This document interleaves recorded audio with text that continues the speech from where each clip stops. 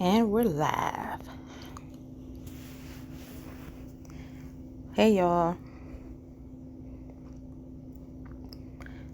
Please let me know when you come in.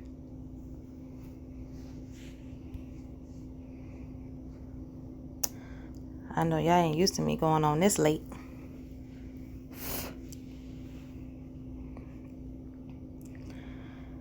But I figure I couldn't go to bed because I got some stuff to say. Hey LaShawn.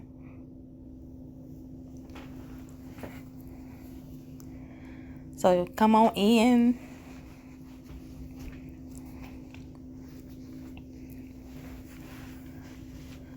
I just want to talk real quick about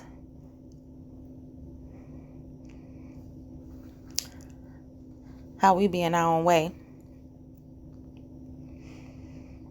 So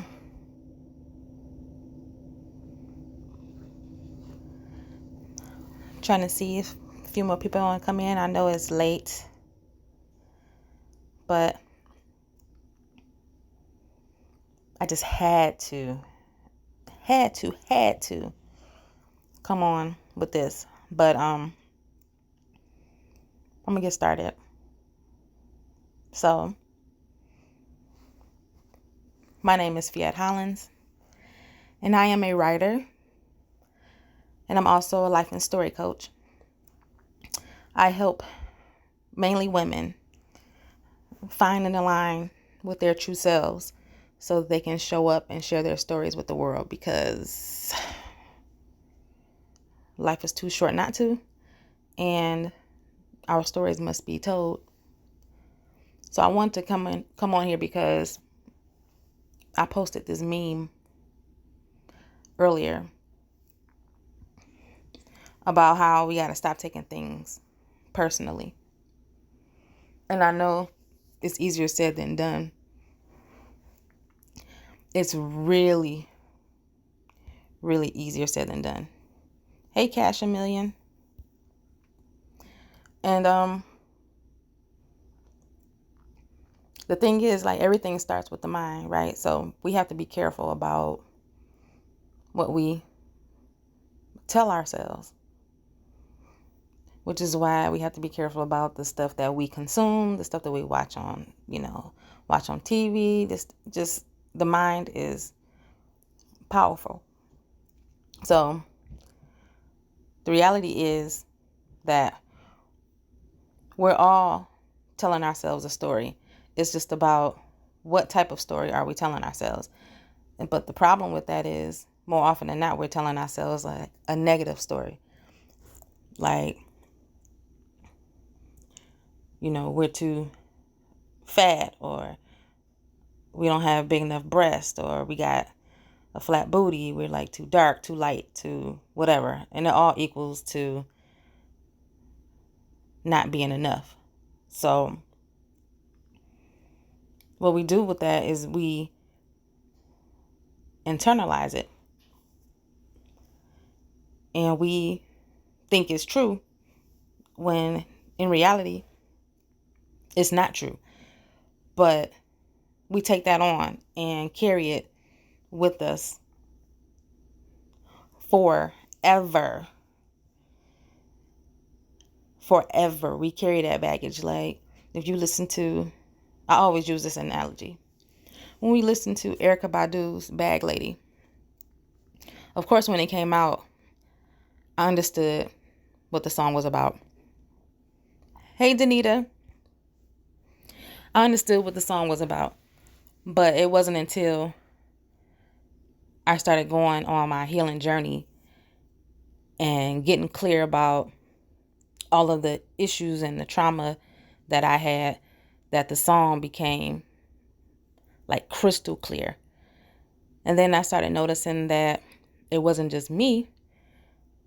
It's like a lot of people that internalize stuff, which then turns into baggage. So it's this baggage that we carry, that we take into our everyday lives and we take into our relationships. So we all have a story, It's just about the story that we tell ourselves. So when we internalize it, what it does is it messes with our self-esteem. So we start thinking low of ourselves. We start saying that we're not enough. And then we end up having, like, going through depression, and it causes stress. And that in turn, like, affects our bodies. So now we have a bigger issue. You know what I mean? So we don't really think of it in that way. You know what I'm saying? It's like we don't really think about the effects of how what we're telling ourselves eventually starts affecting us overall. It's not just, okay, I'm telling myself that I'm not pretty enough, or I'm not good enough, or whatever we're telling ourselves. That trickles down into our behavior. It trickles down into us overeating. It's just a whole, I'm not about to run the list, but I know y'all understand what I'm saying. And it causes so much stuff, so much, like, disease,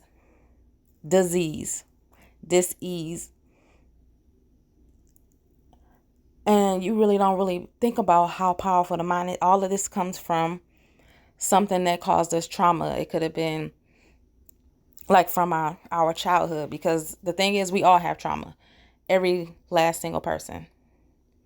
Every single person. Nobody is exempt. It's just that, of course, everybody's trauma is different, and we respond to our trauma differently.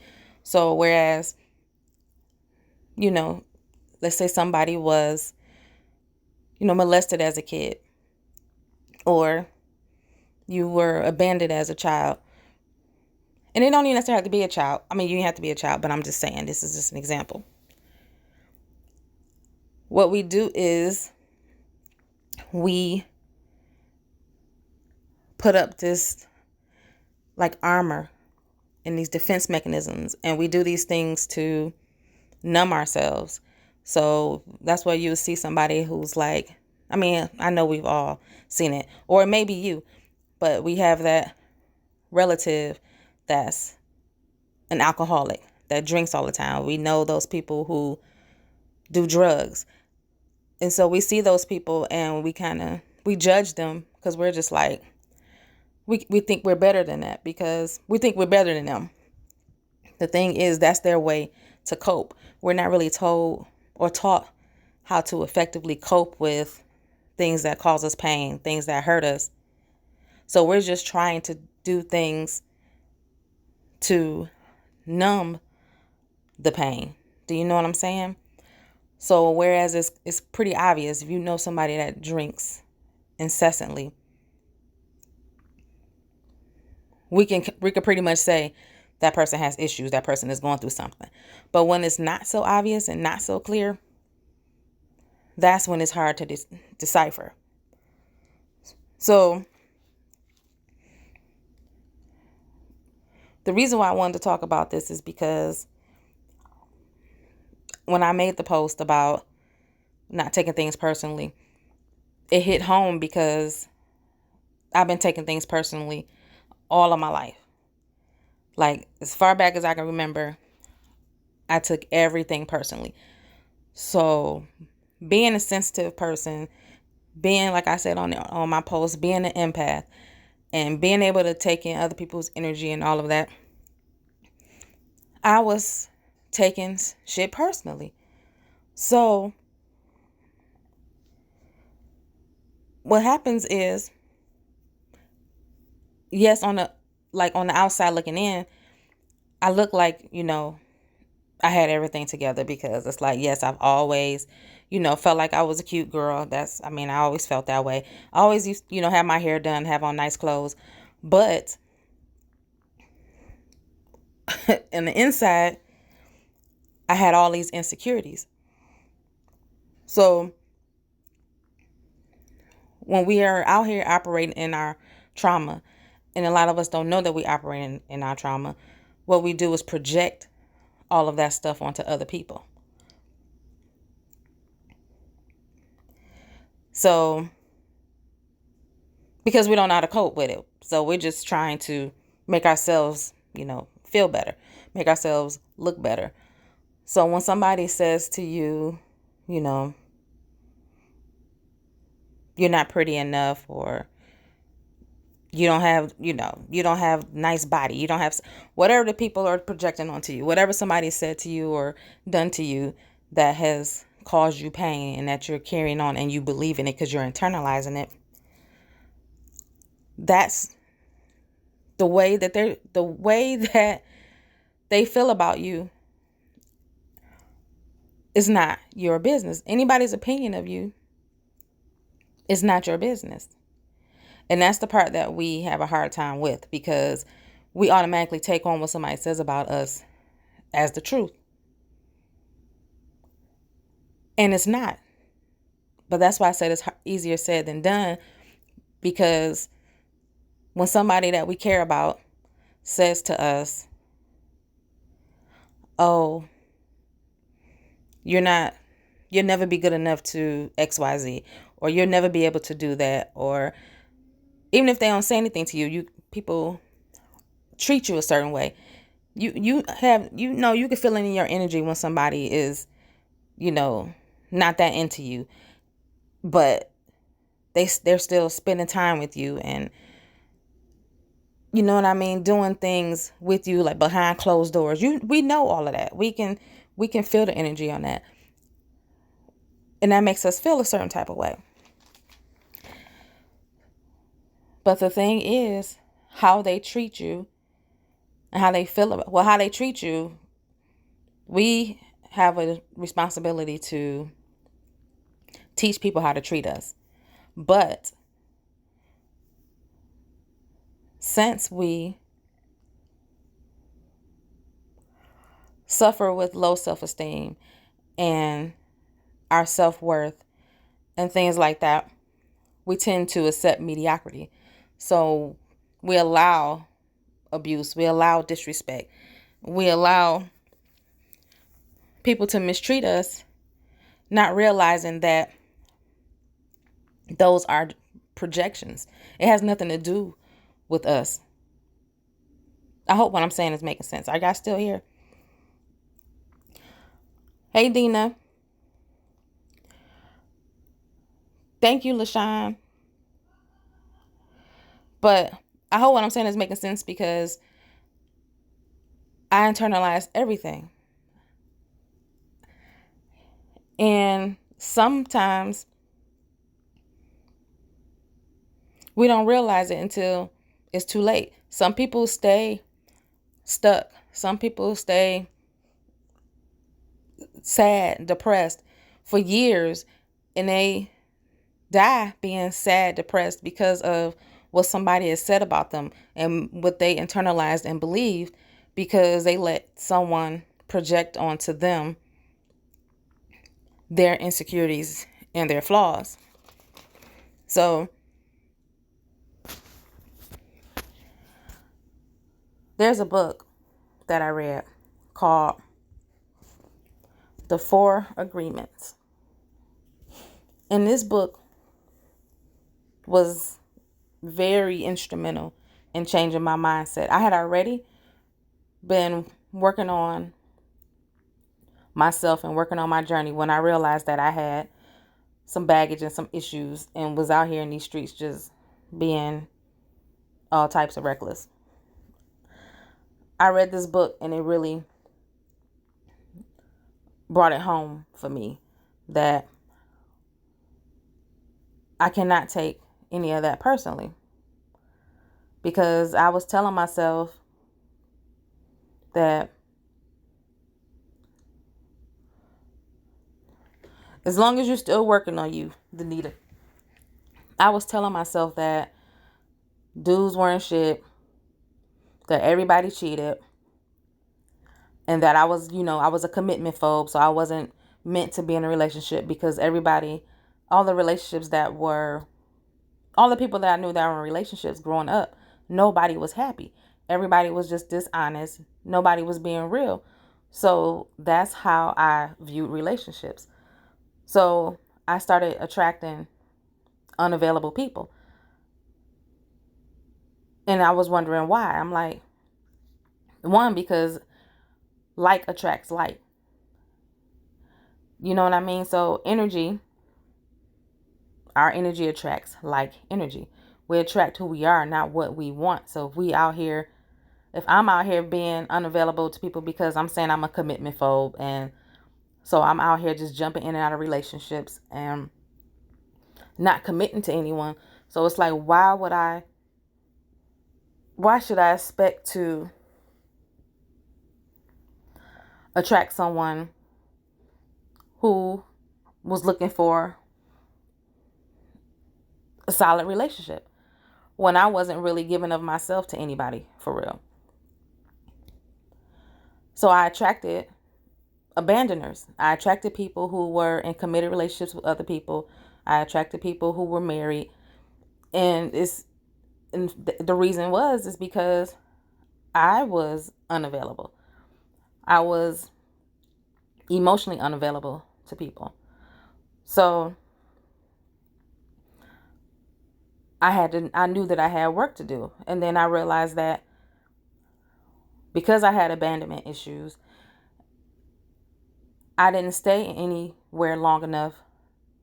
And I really never, how can I put this? I never really gave of myself fully to anybody. All the relationships were pretty much superficial. It was, since I had the mentality that everybody was dogs and nobody's to be trusted, and I had trust issues. So I would abandon people before they abandoned me. So that's why I was in and out of relationships. And that turned into me being a promiscuous teen, and that carried on through my adulthood.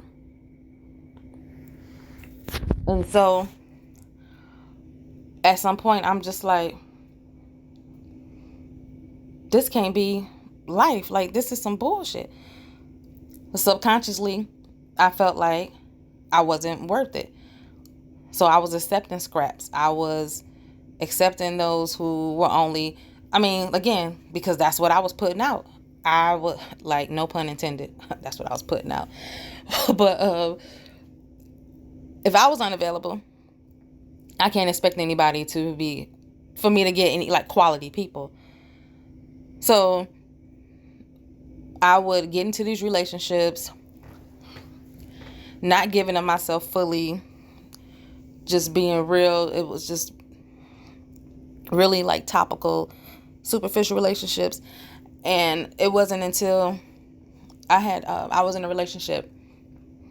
It was 3 different people, and of different times, of course, not at the same time. 3 different people, like right after we broke up. Each of them got married to somebody else, like shortly after.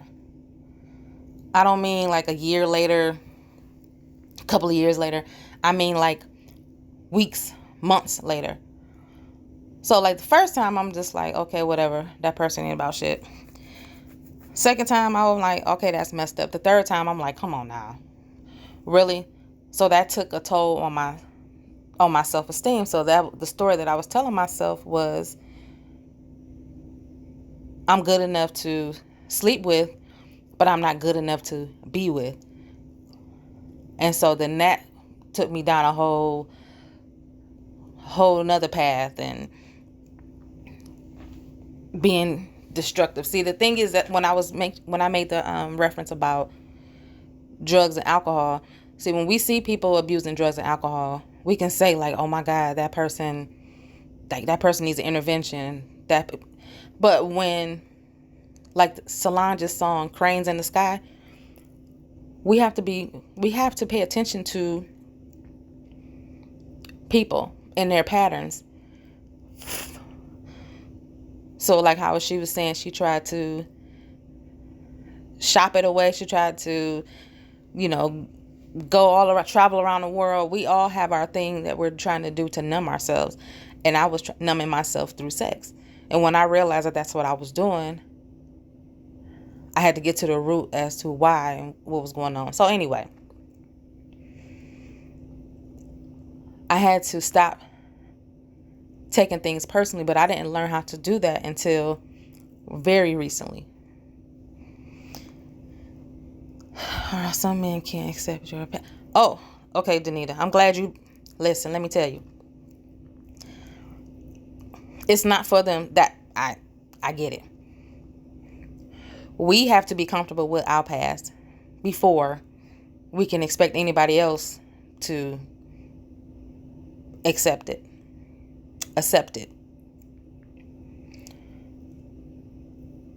And that's what I'm about to get to. Yep, that was a good segue. So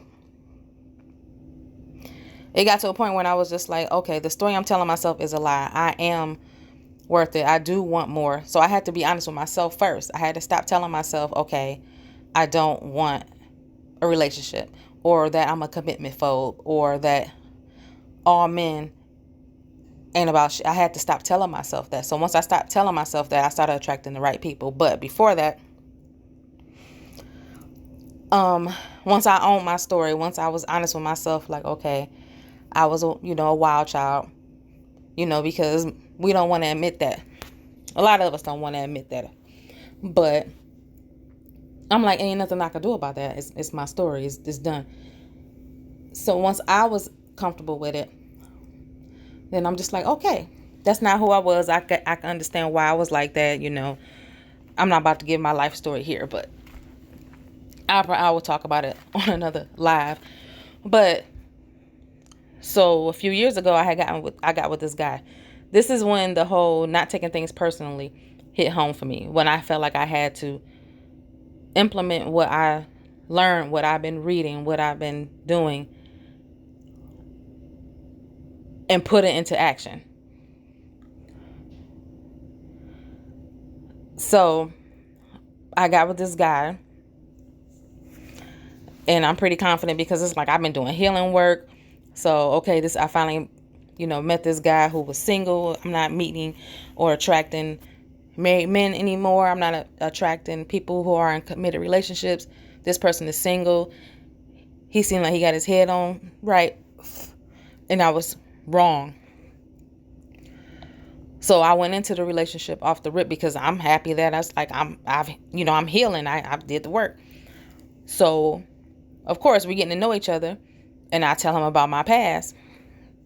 I'm just like, yeah, I used to such and such, and I'm not, I do this healing work, and I share stories. I'm a writer, and I'm trying to help, people, own their stories and all this other stuff. Right. So, Danita, no, I didn't hold off. I didn't. In hindsight, people told me that I should have, but even to this day, I still don't feel like I should have, because this is me. This is who I am. I didn't go into it. I mean, I won't say the first day. No, I didn't tell my story. But after you get a vibe, you start talking, you thinking like, okay, this person is mature. I can tell him like, yes, I had these, relationships and stuff didn't work out. And, this is what happened. And my mom was emotionally unavailable. My dad was absent. So I had these abandonment issues. And, because he's telling me his stuff. So I felt like I could tell him mine. So in the beginning, he made it seem like, everything was cool. But then that eventually graduated into, whenever we would get into it, he would talk about how, oh no, before I even say that, he would drop little hints. So where I'm from, this small town, right? From this small town. Hey, Shatina. So I'm from this small town. And that's something how this, I'm about to talk about where I'm from, and then Shatina comes in here. She's from the small town too. So I'm from this small town called Romulus in Michigan. So it's like everybody know everybody. So this guy's from the same town, and while I never met him, we just knew of each other. But I feel like we connected because we're both creatives, we're both in the film, so bam, we vibed. What happened was when I started telling my story about how, the stuff that I went through as a teenager and, young adult, he started, every time we would talk about somebody that we would run into, that we knew from the neighborhood, he would ask me, well, did you sleep with him? And I'm like, what? No. So after the first time, I'm just like, okay. After the second, third, and 20th time, I'm like, oh, he got me fucked up. So what happened was, since I told my story and shared with him about my past, low key, he still looked at me like I was a hoe. And I took that personally because I'm just like, no, I did a whole lot of work to get to where I am. So everybody has a past. You cannot be holding that over my head. Like, no, I'm telling you that what I had to go through to get to where I am now and why, I went through what I went through. But pretty much for the whole entire relationship, and I ain't gonna say whole entire because it was like a few months. It was like 8 months, and it was 8 months too long. So it started off with just, verbally abusive, and then it actually eventually got physically abusive, right? But the point was that my story, me telling my story, that would be a time when it actually backfired because I'm thinking he was mature enough to handle it. I'm just telling him, he telling me about his stuff, but instead he thought I was a hoe. So then he would just call me hoes whenever he got mad, and I'm just like, nah, dude. So this was a time where initially it did hurt my feelings, but I was clear about who I am as a person. I know that I'm not that person. So that's when it clicked for me about not taking things personally, because he was projecting his own issues onto me because he definitely had baggage that he had not addressed. And in the beginning, I did notice early on, but I didn't notice in the beginning that his baggage was so heavy.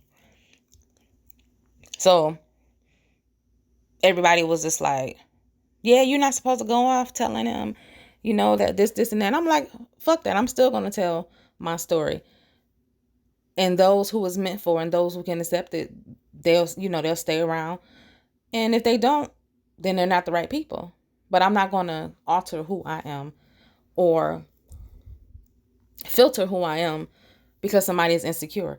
So if you, I don't know if you saw the little film I did, Danita, but that's where I did that little short film. Beware of the insecure man. Because you're not about to ask me every conversation we have, every post or every comment. Then he would look at the stuff, like if I laugh at somebody's Facebook post, he's like, why are you laughing at their post? Or why you do a heart to that? It's like, are you fucking serious right now? So anyway,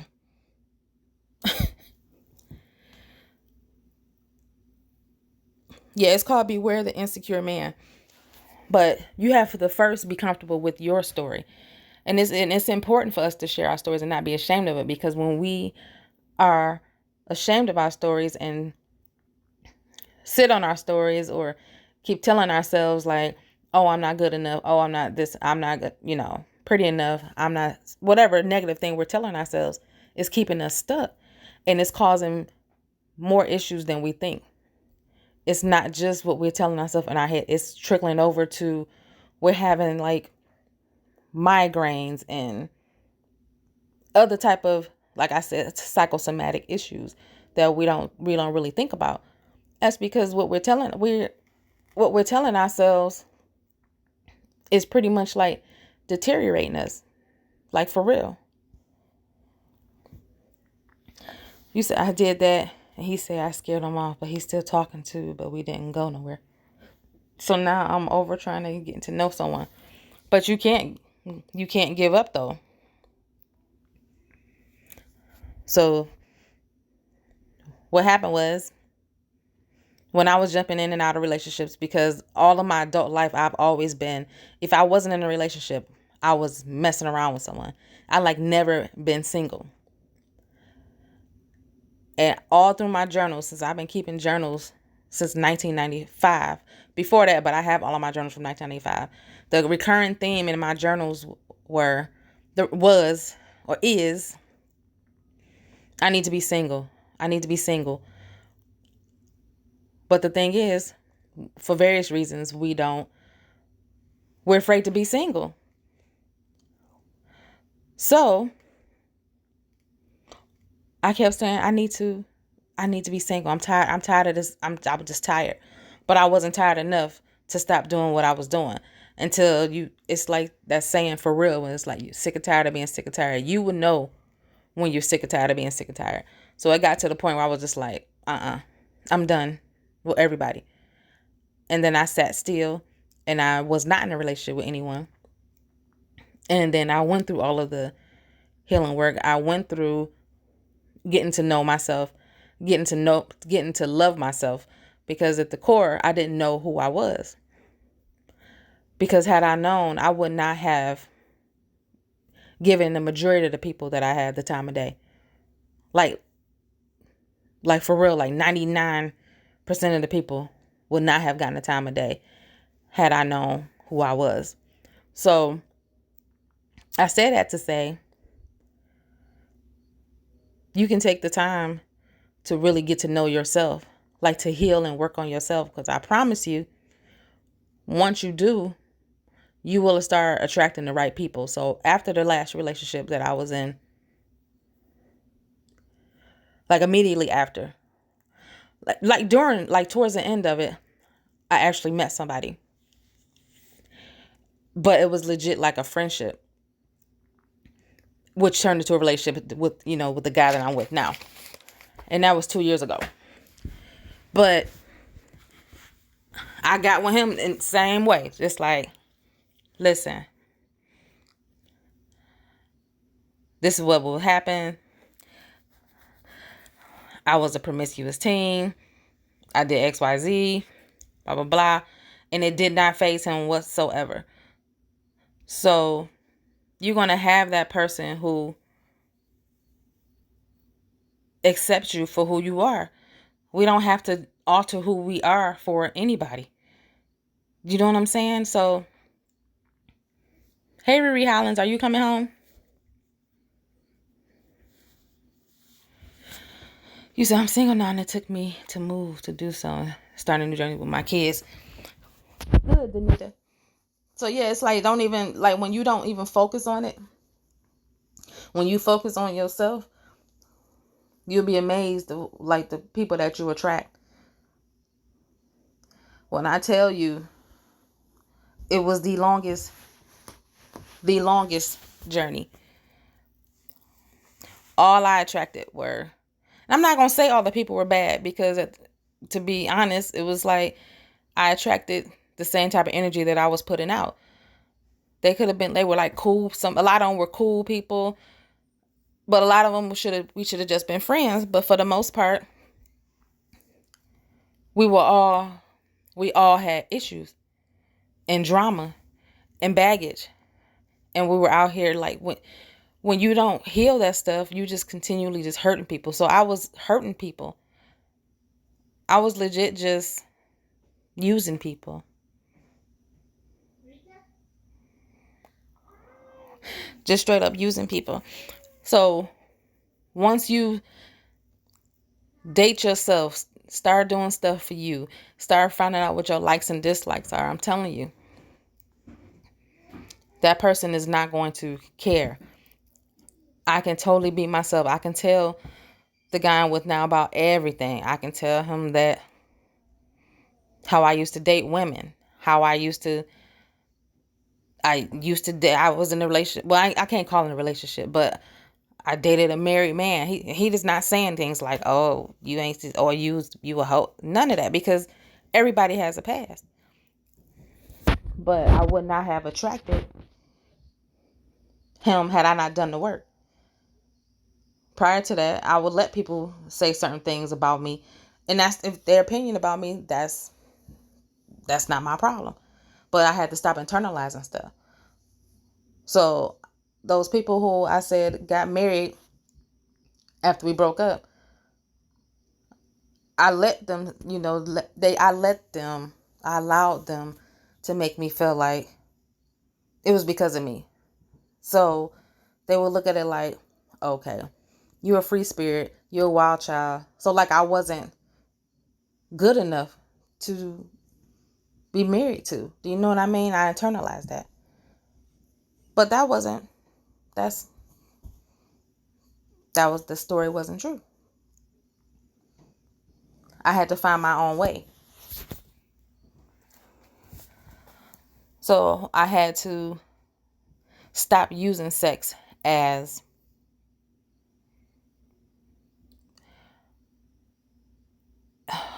how can I put it? Not saying that like sex is a crutch, but sex was what I used to numb myself, to numb the pain of whatever. Any type of pain that I was feeling, I would sex it away.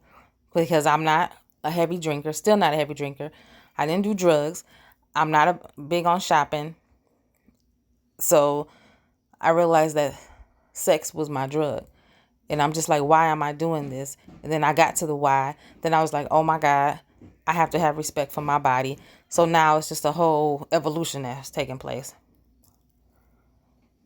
Yes, you can't be ashamed of it. I'm not saying that, you need to be, go live and tell everybody. That's just my path.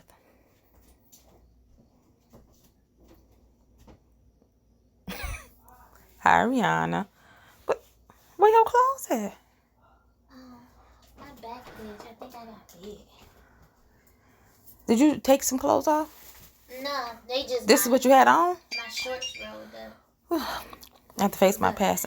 But yes, it's like you don't have to, be blabbing it online like I'm doing. But since that's what my path is to help people. Like the little whole thing says, good night. Own, write, and share your story, because even if you just own your story, that's good enough, because that's the hardest part. Do you know what I'm saying?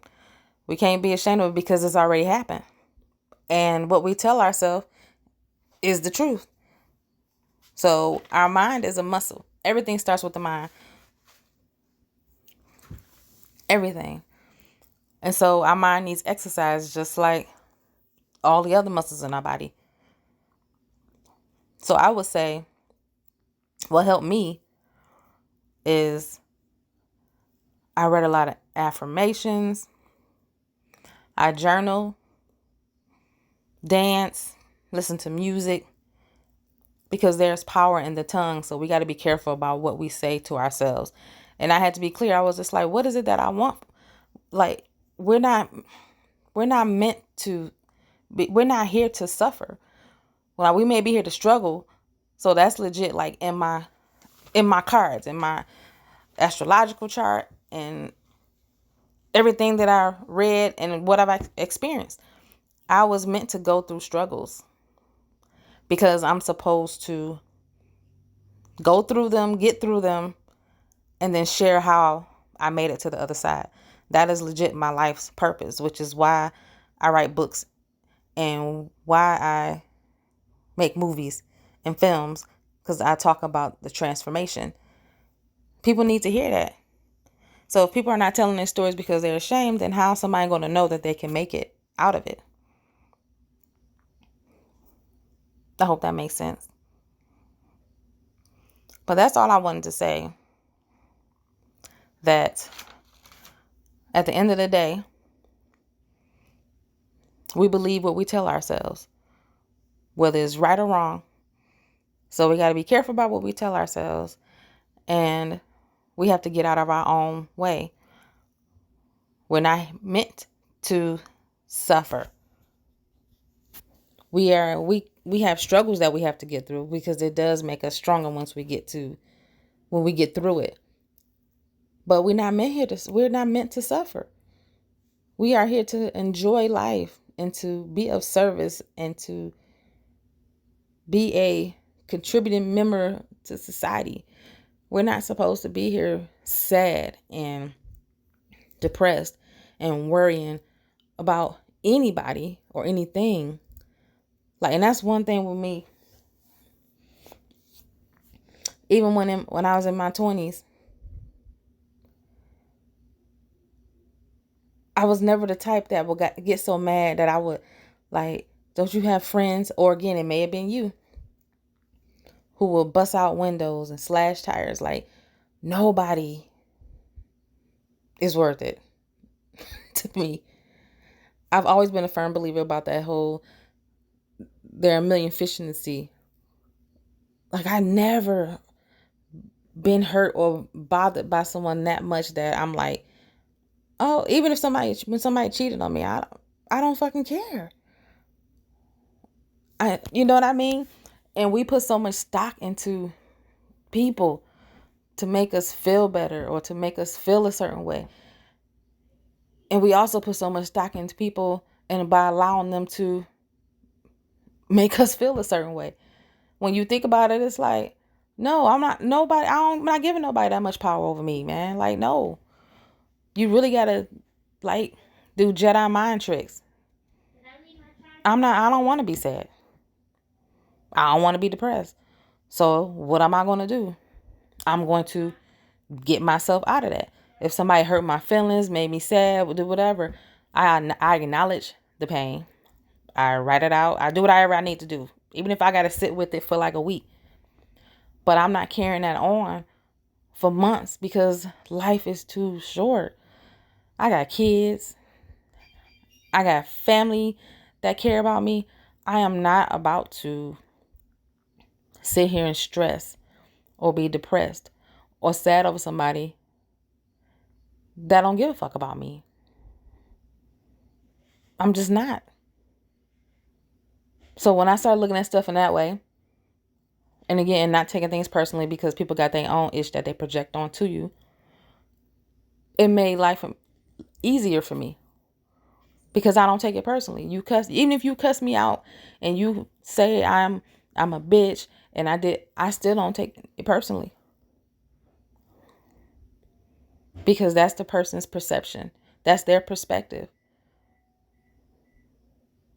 And they have every right to their opinion.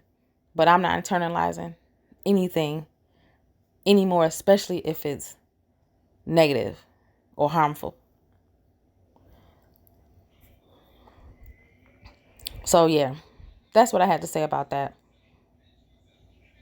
And if this resonated, if y'all watching this on the replay, please comment, please please share it.